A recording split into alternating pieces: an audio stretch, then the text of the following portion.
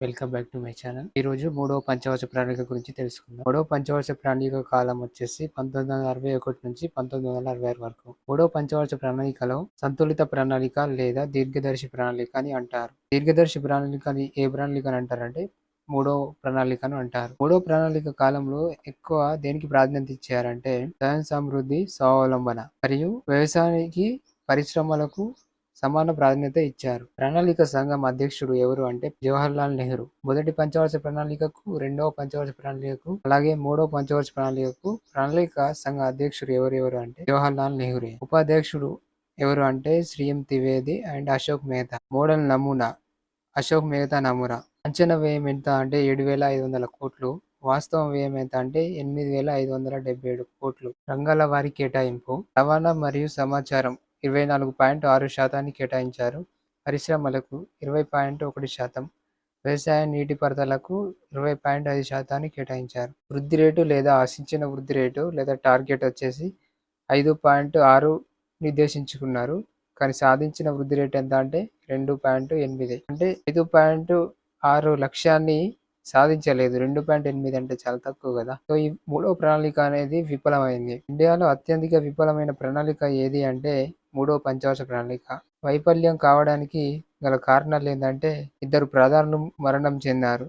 ఎవరు అంటే జవహర్లాల్ నెహ్రూ, లాల్ బహదూర్ శాస్త్రి. అలాగే రెండు దేశాలతో యుద్ధం వలన 1942లో చైనాతో యుద్ధం, 1945లో పాకిస్తాన్ యుద్ధం. ప్రణాళిక చివరి 3 సంవత్సరాల కాలంలో అనావృష్టి వల్ల 1966 సంవత్సరంలో అత్యల్ప వృద్ధి రేటును నమోదు చేసుకున్న ప్రణాళిక మూడో ప్రణాళిక. ప్రణాళిక చివరి 3 సంవత్సరాల కాలంలో అంటే చివరి 3 సంవత్సరాల కాలంలో ప్రణాళిక యొక్క చివరి 3 సంవత్సరాల కాలంలో అనావృష్టి రావడం వల్ల 1946 సంవత్సరానికి అత్యల్ప వృద్ధి రేటు నమోదు చేసుకున్న ప్రణాళిక ఏది అంటే మూడవ ప్రణాళిక.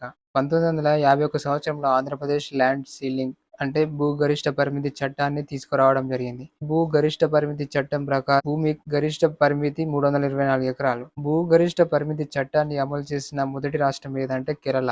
1958వ సంవత్సరంలో అమలు చేశారు. 1961 భూగరిష్ట పరిమితి చట్టాన్ని 73లో సవరణ చేశారు. ఈ 73లో భూగరిష్ట పరిమితి చట్టాన్ని 75 నుండి అమల్లోకి వచ్చింది.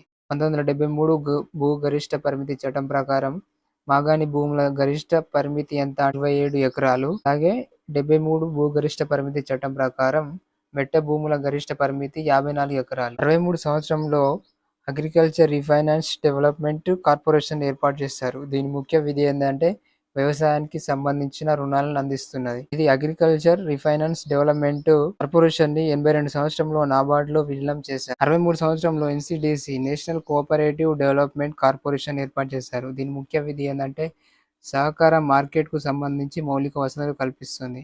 63 సంవత్సరంలో నేషనల్ సీడ్ కార్పొరేషన్ ఏర్పాటు చేశారు. నేషనల్ సీడ్ కార్పొరేషన్ ని 63 సంవత్సరంలో ఏర్పాటు చేసినప్పుడు ఇది ఏ ప్రణాళిక కాలంలో ఏర్పాటు చేశారంటే మూడవ పంచవర్ష ప్రణాళిక కాలంలో ఏర్పాటు చేశారు. దేశంలో ఉత్పత్తి అయ్యే మొత్తం విత్తనాల్లో 60% విత్తనాలు తెలంగాణ ఉత్పత్తి చేస్తుంది. సీడ్ బౌల్ ఆఫ్ ఇండియా అని దేన్ని అంటారంటే తెలంగాణ అంటారు. భారతదేశ విత్తన భాండాగారం అని దేన్ని అంటారంటే Telangana. Seed bowl of Telangana అని దేన్ని అంటారంటే అంకాపూర్. 1964 సంవత్సరంలో బొకారో ఇనుము ఉక్కు కర్మాగారం రష్యా సహకారంతో జార్ఖండ్ రాష్ట్రంలో ఏర్పాటు చేశారు. రష్యా సహకారంతో జార్ఖండ్లో 24 సంవత్సరంలో బొకారో ఇనుము ఉక్కు కర్మాగారాన్ని ఏర్పాటు చేశారు. ఇది మూడో పంచవర్ష ప్రణాళికలో ఏర్పాటు చేయడం జరిగింది. ఆసియాలోని అతిపెద్ద ఇనుము ఉక్కు కర్మాగారం ఏదంటే బొకారో ఇనుము ఉక్కు కర్మాగారం. ఈ బొకారో ఇనుము ఉక్కు కర్మాగారం అనేది మూడో పంచవర్ష ప్రణాళిక కాలంలో ఏర్పాటు చేశారు. 1940 సంవత్సరంలో FCI food corporation of India ని ఏర్పాటు చేశారు. 1940 సంవత్సరంలో ఎఫ్సిఐని ఏర్పాటు చేసినప్పుడు ఫుడ్ కార్పొరేషన్ ఆఫ్ ఇండియాని ఏర్పాటు చేశారు. ఎఫ్సిఐ యొక్క విధులు ఏంటంటే ఆహార ధాన్యాల సేకరణ, ఆహార ధాన్యాల నిల్వ, ఆహార ధాన్యాల పంపిణీ. ఎఫ్సిఐ విధులు ఇవి 3 విధులను నిర్వహిస్తుంది. 65 సంవత్సరంలో అగ్రికల్చర్ ప్రైస్ కమిషన్ ఏర్పాటు చేశారు.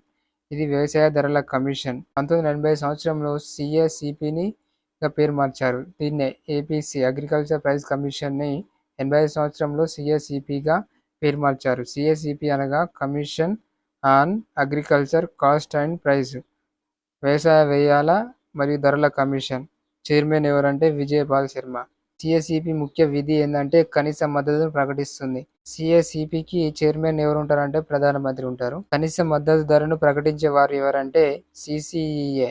సిసిఈఏ అంటే cabinet committee on economic affairs.